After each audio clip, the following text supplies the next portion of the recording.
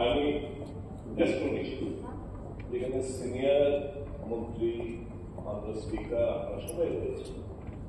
ভারতবর্ষ সংবিধান দ্বারা পরিচালিত, আমরা সবাই সংবিধান দ্বারা পরিচালিত।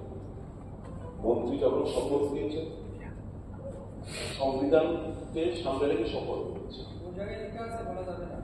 হ্যাঁ, দায়িত্বশীল মন্ত্রিসভার সদস্য হয়ে আপনি এই ধরনের পুষ্কারিমূলক বক্তব্য রাখা যায় না, জেনে নিন। আপনি পরবর্তী সময় আপনার ফেসবুক পোস্টে উইথড্র করেছেন, আমি বুঝেছি।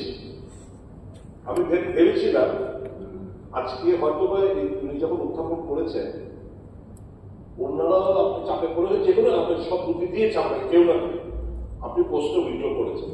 Very nice. ওর মানসিক দ্বারাই করলাম আবেগে ক্যারিড হবে।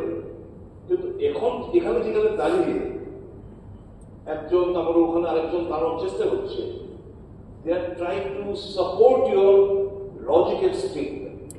That is not welcome. ঠিক আছে, ঠিক আছে। আমি not only a member, as a member, but as an elder brother, I advise you, please refrain. এটা ভারতবর্ষ। আমি হিন্দু, আমি গর্ববোধ করি। যে কোনো মানুষ, আমার ফাঁসি হয়েছে Mohammad, he feels proud of to be a Mohammed. This is India. The India is being guided by a constitution. We cannot disgrace the constitution. অবমাননা করতে পারি না আমরা সংবিধান।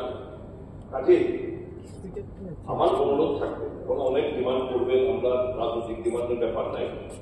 আপনার উচিত এমন কোন স্টেপ কিংবা কোন স্টেটমেন্ট আমাদের দেওয়া উচিত নয় যেটা আমাদের ভারতবর্ষের শান্তি শৃঙ্খলা সৌহার্দ্যের উপর আঘাত আছে। নাম্বার ওয়ান, এবং কোন স্টেটমেন্ট সত্যিকার হিন্দু যদি হয়ে থাকে, এবং কোন স্টেটমেন্ট আমার দেওয়া উচিত নয় আমার অ্যাডজয়নিং নেবারিং কান্ট্রিতে যারা মাইনরিটিরা রয়েছে তাদের উপর এটা একটা প্রভাব পড়ে, সেরকম ভাবে আমাদের চিন্তা ভাবনা করে এগোতে হবে। If you are true patriot এবং ট্রু হিন্দুবাদী যদি হয়ে থাকে, মনে রাখবেন যেন আমার কোন স্টেটমেন্ট দ্বারা আমার পার্শ্ববর্তী রাজ্যের দেশে যারা হিন্দুরা রয়েছেন তারা যেন তাদের উপর যেন কোনো আঘাত হয়, সেটা আপনার নৈতিক দায়িত্ব।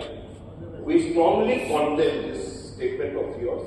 আমি এবং আপনাকে অ্যাডভাইস দিচ্ছি, ফরগেটেবল মেম্বার, প্লিজ ঠিক আছে, অ্যাপোলোজাইজ বিফোর দ্য সোসাইটি যে আমার ভুল হয়েছে, আমার এই ধরনের আমরা করবো।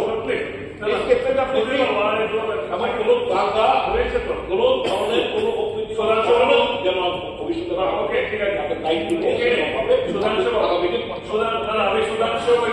সুধাংশ